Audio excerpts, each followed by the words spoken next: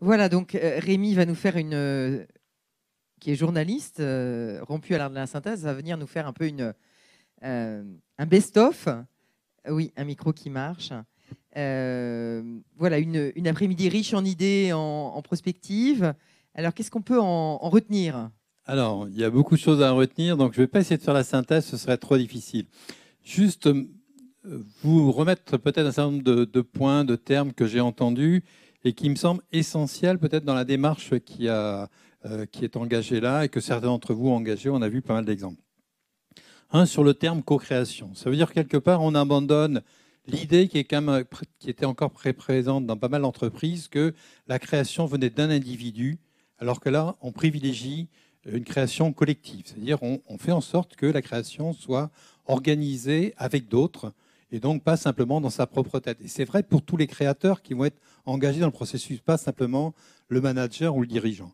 Donc ça, c'est une première chose. Deuxième chose qui me semble importante, c'est que dans les communautés où ce qu'on va faire avec les autres, ce sont des hommes. C'est-à-dire qu'au-delà des produits qu'on va mettre en place, au-delà des process ou des processus tels qu'on a pu les voir, derrière, et à chaque fois, il y a des hommes. Alors que ce soit en interne avec des créateurs, des designers, des développeurs, des industriels, même s'il faut les faire sortir de l'usine de temps en temps, enfin, c'est des hommes avec ce qu'ils ont comme dans leur trip, ce qu'ils ont aussi dans leur tête, ce qu'ils ont comme résistance des fois à bouger, à sortir, à imaginer. Mais c'est quand même des hommes et des femmes, bien évidemment. Et vu de l'autre côté de j'allais dire non pas de la barrière, mais du côté des utilisateurs, des consommateurs, c'est pareil, ce sont des hommes, ce sont des gens qui, encore plus pour l'alimentaire, c'est des gens qui résonnent avec un affect, qui veulent sentir quelque chose quand ils vont manger, quand on est dans l'alimentaire. On l'a vu suffisamment autour de la boîte Pâté Naf ou de Penner Box. Il y a là, dans ce secteur-là, un domaine de sensation. C'est-à-dire c'est pas simplement des choses matérielles, quoi. C'est ça que je voulais insister peut-être encore plus. Il y a des communautés qu'on a vues, ce sont des communautés réelles et des communautés virtuelles. C'est-à-dire des communautés réelles, c'est des gens qui vont se rencontrer.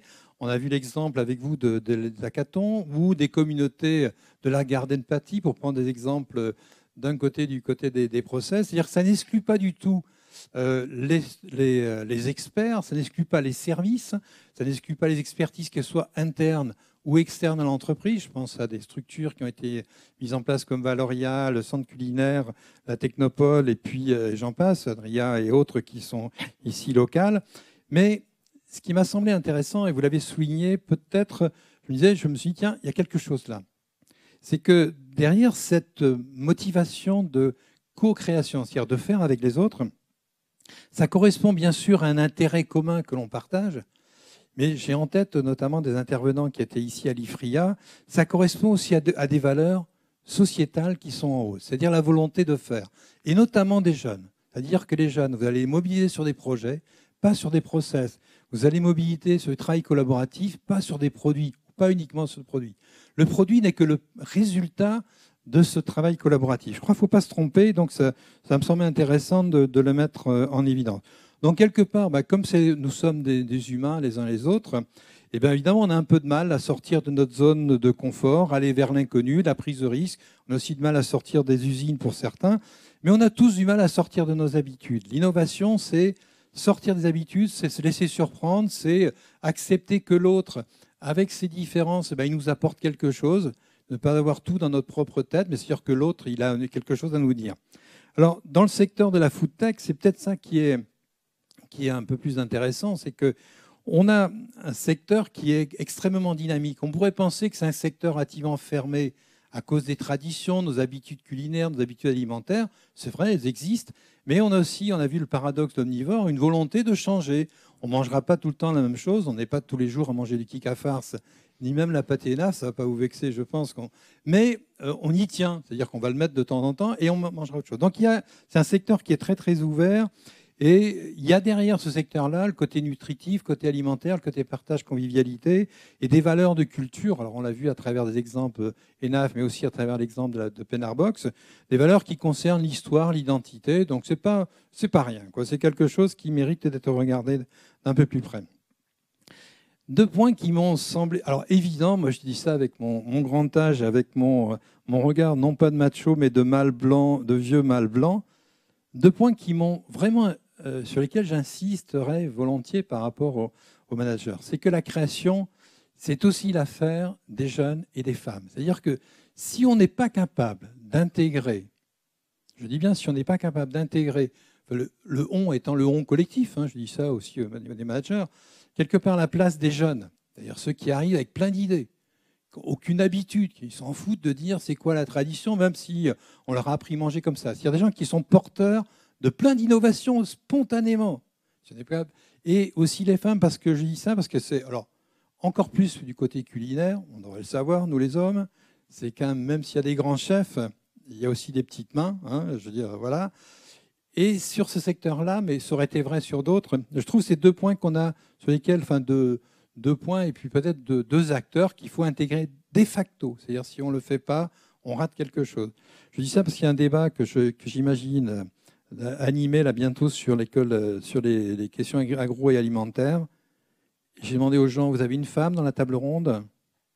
Il me dit non. Bon, bah écoutez, vous avez tout raté. C'est sur l'avenir de demain. Sur les questions alimentaires, il n'y a pas de femme. Bon, bah tant pis pour vous. Vous êtes à côté de la plaque. Voilà, c'est 50% de l'humanité. Comment? C'était pas le cas. 50% de l'humanité. Non, non, mais je dis ça parce que c'est un point important parce que ça veut dire quelque part, quand on est en co-création, on oublie non pas la moitié du monde, mais en plus ceux qui sont les acteurs majeurs de ce secteur-là. Je veux dire, faut pas l'oublier. Voilà. Et je voudrais terminer parce que c'est une petite lecture que j'ai la chance de pouvoir lire en ce moment, vu mon immobilisation momentanée. C'est les 4 points que Yuval Noah Harari, vous en avez peut-être entendu parler, qui a écrit Sapiens, Homo Deus, et qui vient de nous sortir un dernier opus sur les apprentissages du XXIe siècle, qui dit finalement, nos jeunes, ils n'ont pas tellement à apprendre, à avoir des connaissances. Ils ont 4 choses à apprendre. Et franchement, sur le processus de co-création, je me dis que ça vaut le coup. 1, c'est d'avoir un esprit critique. Non pas de critiquer ce que les vieux ont fait avant ou ce que les autres font, mais un esprit critique, c'est-à-dire de penser la critique d'eux. C'est-à-dire pourquoi ça marche pas, qu'est-ce qui fait que ça marche, donc de s'obliger à penser. 2, c'est la dimension communication. 3, c'est la dimension collaboration et co-création, quelque part on pourrait le rajouter. Et 4, c'est la créativité. Donc c'est les 4 valeurs qui disent, voilà ce qu'il faut que nos gamins apprennent. Bon, écoutez, si les gamins apprennent, je pense qu'ils seront capables d'être co-créatifs demain. Mais en attendant, on a le droit de l'être nous aussi, en attendant que nos gamins viennent nous booster, et nous dire, vous n'avez pas été assez co-créatif quand vous étiez à la place. Voilà, c'était la petite synthèse du débat de cet après-midi. Merci Rémi, merci beaucoup. Parfait. Voilà, on arrive au terme de cette journée. Merci de déposer vos badges à l'entrée. Merci de remplir le questionnaire de satisfaction qui est à l'intérieur de vos dossiers. Merci à Michel Jekyll, à Fabien Leblesse, à Fabienne Jolivet, à Rosen qui m'ont aidé à préparer cette manifestation. Merci aussi aux techniciens du centre des congrès sans qui rien n'aurait été possible. Voilà, très bonne fin de journée à tous et très bon retour.